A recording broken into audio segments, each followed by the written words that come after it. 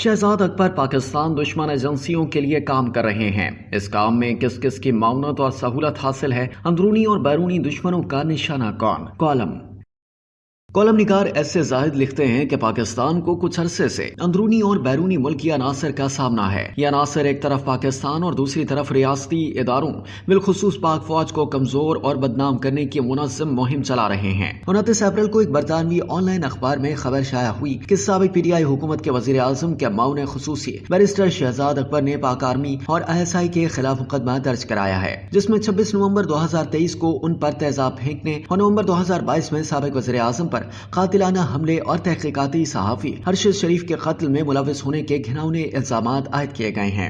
اس حوالے سے انہوں نے قانونی فرم لی ڈے کے وکلاء کے ذریعے ایک خط بھی لندن میں پاکستانی ہائی کمیشن کو بھیجا ہے، جس میں یہ تفصیلات درج ہیں۔ واضح رہے کہ شہزاد اکبر اپریل 2022 میں اس وقت کے وزیر اعظم کے خلاف تحریک عدم اعتماد کی کامیابی کے بعد پاکستان چھوڑ کر برطانیہ چلے گئے تھے۔ شہزاد اکبر ایک متنازع شخصیت ہیں۔ ان کا نام بانی پی ٹی آئی کے خلاف القاعدہ ٹرسٹ کیس میں بھی لیا جاتا ہے، جس کا ذکر ایک معروف انگریزی پاکستانی اخبار میں 27 نومبر 2023 کی اشاعت میں موجود ہے۔ 190 ملین پاؤنڈ کیس مذکورہ فرد کا ذکر تفصیل کے ساتھ موجود ہے۔ شہزاد اکبر پاکستان چھوڑنے کے بعد مسلسل پاک فوج اور ISI کے خلاف جھوٹے اور غلیظ الزامات پر مبنی مضمون مہم میں ملوث ہیں۔ پاکستانی سیکیورٹی فورسز کے ہاتھوں اپنے بھائی کے اغوا کے جھوٹے الزام کی طرح تیزاب کردی کے اس خود ساختہ ڈرامے پر مبنی حالیہ قانونی مقدمہ بھی سیکیورٹی فورسز کے وقار اور ساکھ کو نقصان پہنچانے کی ایک اور کوشش ہے۔ پاکستان سے مفرور اس شخص نے برطانوی صحافی ڈیوڈ روز کے ذریعے بھی جھوٹے اور من گھڑت الزامات پر مبنی الزامات شائع کرائے تھے۔ ڈیوڈ روز نامی صحافی کٹر صہیونی ہے اور جیوش کرونیکلز نامی اخبار کا ایڈیٹر ہے۔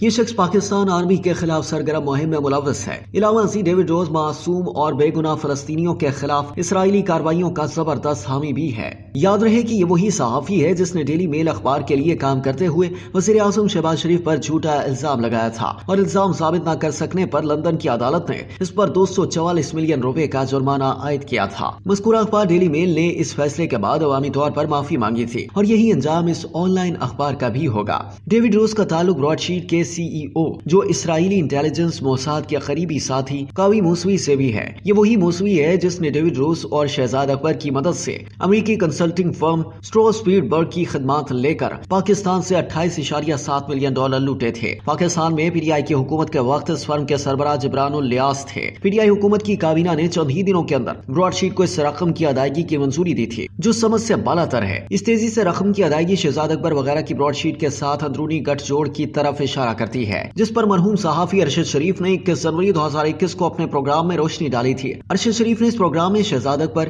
پی ٹی آئی حکومت موساد کے موسوی کو بے نقاب کیا تھا۔ شہزاد اکبر ارشد شریف کے قتل سے چند ماہ قبل پاکستان سے چلا گیا اور واپس نہیں آیا۔ بہرحال اس بارے میں کیس عدالت میں ہے اور غیر جانبدارانہ تحقیقات سے ملوث افراد سامنے آ سکتے ہیں۔ چونکہ معاملہ عدالت میں ہے، اس لیے اس بارے میں کچھ بھی کہنا مناسب نہیں۔ عدالتی فیصلہ انصاف پر مبنی ہوگا۔ مستند ذرائع کے مطابق شہزاد اکبر پاکستان دشمن ایجنسیوں کے لیے کام کر رہا ہے۔ اس کام میں اس کو ڈیوڈ روز اور CIA کے جبران الیاس کی سوشل میڈیا ٹیم کی معاونت اور سہولت حاصل ہے۔ اندرونی اور بیرونی دشمنوں کے گٹھ جوڑ کا نشانہ پاکستان کے محافظ پاک فوج ہے۔ پاک فوج کا نقصان پاکستان کا نقصان ہے، کیونکہ پاک فوج ہی دشمنوں کے مسلسل حملوں کے سامنے سیسا پلائی ہوئی دیوار کی طرح کھڑی ہے۔ یہ کلمیہ ہے کہ پاکستان کو لوٹنے کے بعد شہزاد اکبر جیسے لوگ بیرون ملک فرار ہو کر ریاست دشمنی کر رہے ہیں۔ یہ ٹرینڈ بھی مخصوص جماعت نے ہی متعارف کرایا ہے کہ بیرون ملک پاکستانیوں کے رہائش گاہوں کے آگے چند گمراہوں کو اکٹھا کر کے ان پاکستانیوں کے خلاف اخلاق سوز نعرے بازی کرتے ہیں۔ یہ نعرے بازی اپنے سیاسی مخالفین کے گھروں کے باہر کرنے، ان پر سرے بازار نازیبا جملے کسنے کا مقصد اپنی پارٹی کے بانی کو خوش کرنا ہوتا ہے۔ ان گمراہوں کے گروہ نے پاکستانی عدلیہ کے معزز ججوں کو بھی نہیں بخشا ہے۔ سوشل میڈیا پر پاک فوج اور ISI قیادت پر من گھڑت اور بے بنیاد الزامات لگانا ہی ان کی تربیت اور گرے ہوئے شعور کو بخوبی واضح کرتا ہے۔ مخصوص جماعت کا طریقہ واردات یہ ہے کہ پہلے اپنے لوگوں سے جھوٹا پروپیگنڈا